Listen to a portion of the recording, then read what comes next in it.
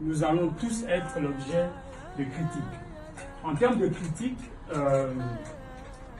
je pense qu'il y a quatre catégories de personnes face aux critiques. Je pense qu'il y a 4 mentalités face à la critique.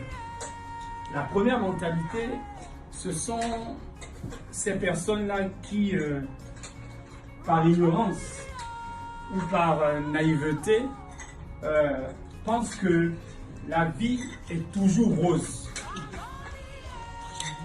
Ces personnes-là sont convaincus que les amis qu'ils ont autour d'eux, les nombreux followers qu'ils ont autour d'eux, ne seront jamais ceux-là qui vont les critiquer.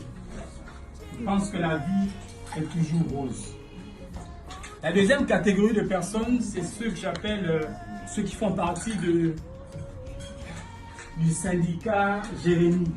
Ce sont ces personnes qui, année après année, expérience après expérience, saison après saison, se lamentent. Chaque critique comme une pression, un joug. Cela se voit comme un citron que l'on presse. Ça, c'est la deuxième catégorie de personnes.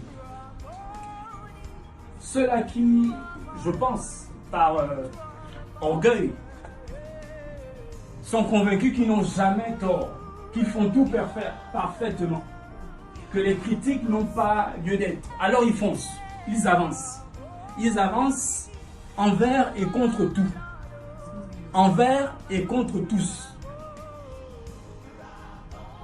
Et enfin, la quatrième catégorie de personnes, ce sont ces gens-là qui ont compris que, premièrement, que la vie n'est pas toujours rose autour de nous.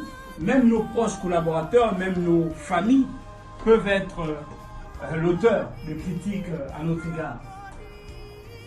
Ils ont compris également que la critique ne devait pas être un joug sur nous, mais qu'il y a une façon de manier la critique, il y a une façon de manager la critique.